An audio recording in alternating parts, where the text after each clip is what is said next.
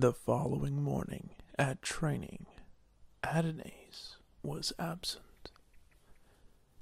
Ever since the very first morning she had arrived, this was the first time Troy's flight lieutenant had not shown up for training.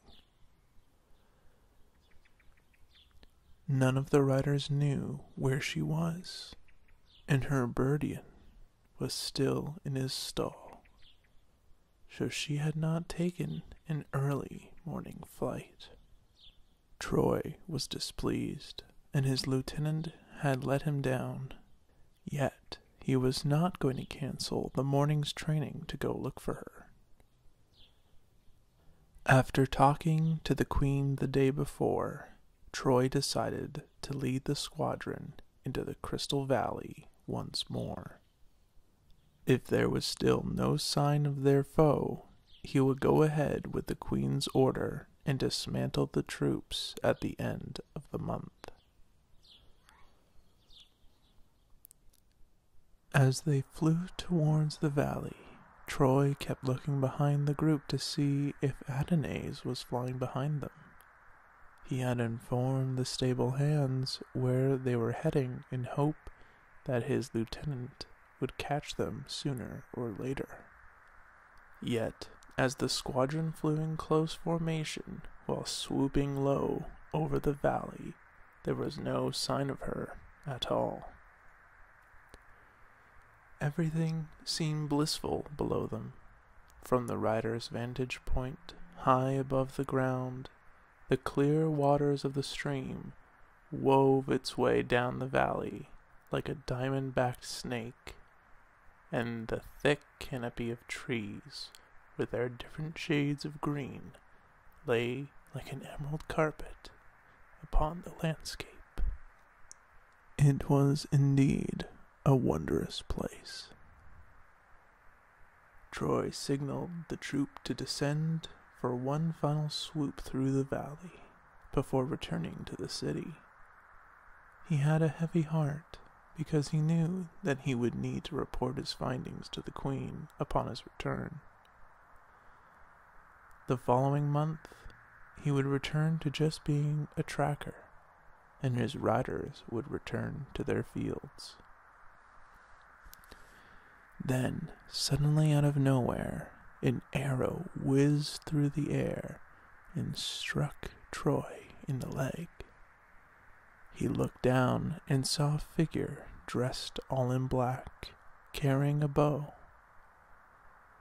They quickly darted from a clearing by the stream and headed into the cover of the trees.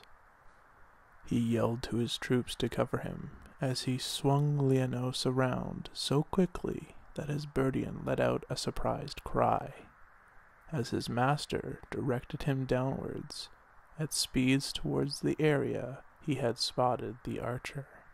Troy reached for his bow and drew out an arrow ready to fire at his attacker. Yet, under the thick canopy of trees, it was impossible to see which direction the archer had gone, nor how many more there were waiting in ambush.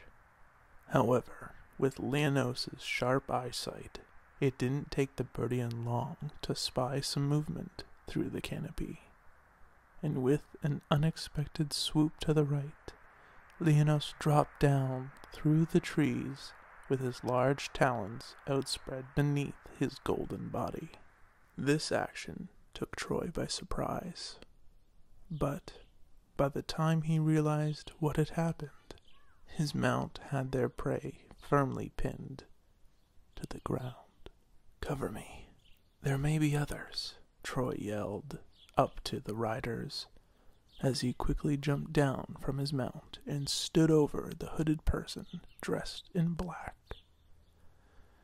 They were trying desperately to free themselves of the Birdyon's grasp, but to no avail.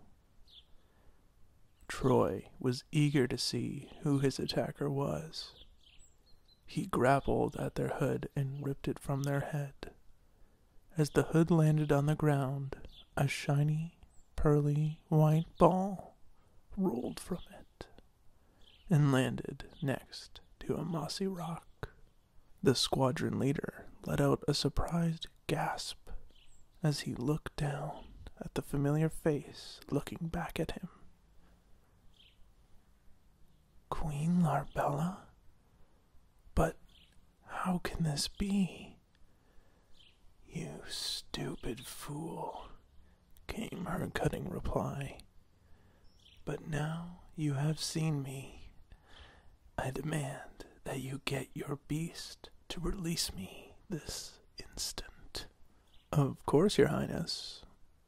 However, I do not understand why you have stolen the Pearl of Peace, nor why you proceeded to attack your own troops.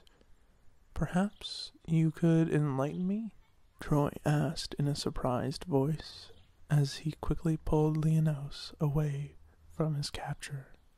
Yes, I can see why you think I am Queen Larbella, but you are sadly mistaken.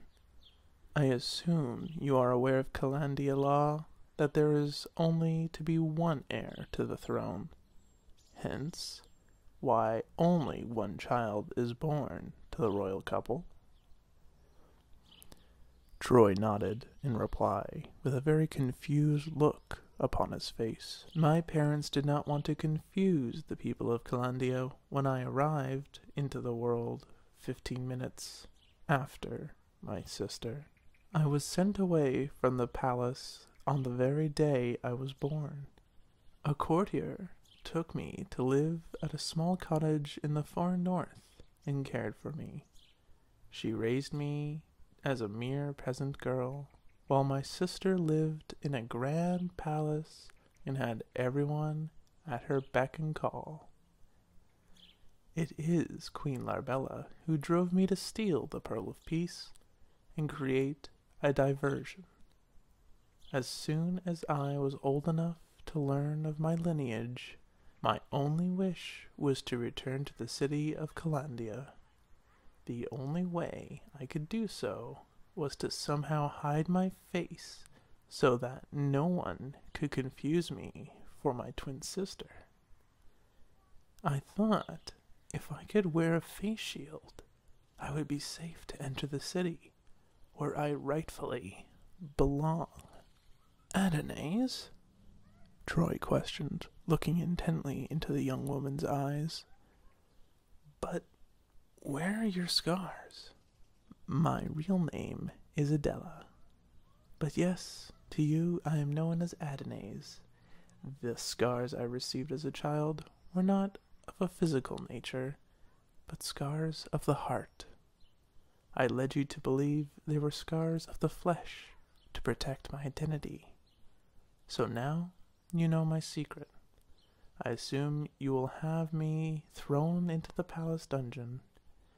I am sure once my sister learns of my existence and what I have done, she will have me put to death immediately. Well, I cannot say what the queen will decide to do with you, Adela. However, there is one thing that must be done first before I take you to the palace. Troy quickly placed the hood back over Adela's head so the other riders could not see her face, and then he tied her hands firmly behind her back. I will instruct the riders to return to Calandia. You and I must visit the merpeople, where we will return the pearl to its rightful place. The troops were surprised when Troy told them to return to the city with neither he nor their prisoner, but they did as they were asked, without question. Once they had flown out of sight, Troy removed Adela's hood and helped her climb up onto Leonos's back. The Birdyon turned his head around and eyed the young woman wearingly. Troy ran his hand reassuringly down his mount's feathered neck, before turning his attention to the arrow, which was still firmly wedged into his calf muscle. With a slight wince, he quickly pulled the arrow out and applied pressure until the bleeding stopped. He then ripped the sleeve off his shirt and fashioned a bandage around the wound site. Once this was done, they took off into the sky with the flapping of giant wings and headed north. With the extra weight Leonos had to carry, it was some time before the trio reached the ocean. The mer people were overjoyed to see their pearl safely returned.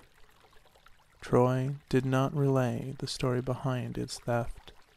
He was still coming to terms that Adala had stolen the pearl in the first place, and he didn't want the mer people to judge her for what she had done. The pair remained silent for most of their return trip to Calandia.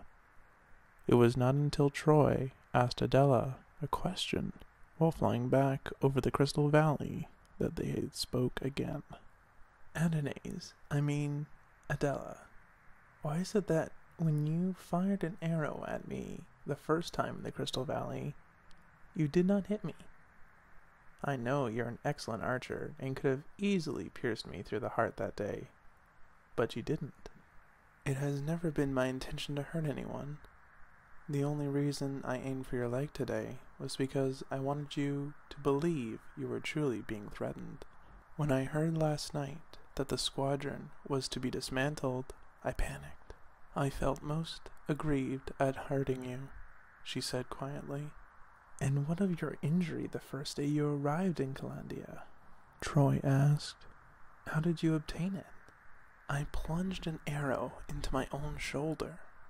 I knew I would be questioned about my face shield when I arrived unannounced at training. I thought if I had sustained an injury, I might not be looked upon with suspicion. You thought of everything, didn't you? Troy exclaimed with a slight smile. Even though Adela had gone about everything in quite the wrong way, he admired her spunk. I thought of everything but my imminent capture, she replied in a whisper. I will speak to the Queen on your behalf, Adela. As much as you think she's a cold and heartless ruler, I have had the pleasure of serving under your sister's rule for a good number of years, and I have yet to disagree with her upon any judgments she has made. You are very kind, Troy, but on this occasion I think you will find it will be in the Queen's better interest to banish me altogether this time. She has no choice. Death awaits this unwanted princess.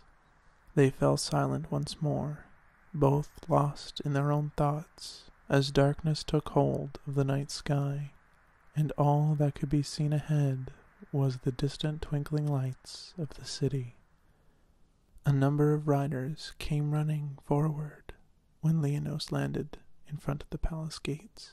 They were very concerned that their squadron leader had not returned before nightfall. One of the men took hold of Leonos' reins while Troy helped Adela from his back. She had the hood back in place and her hands tied up so no one could see who the prisoner was. Troy immediately asked for a private audience with the Queen. He didn't want Adela to spend a night in the dungeon if there was a chance that Queen Larbella would pardon her sister. As the pair made their way along the long marble hallway heading for the Queen's chamber, Troy could feel Adela trembling. This was the first time he had seen her act in this manner. Her normal, assertive demeanor had vanished. He couldn't help feeling sorry for the young woman.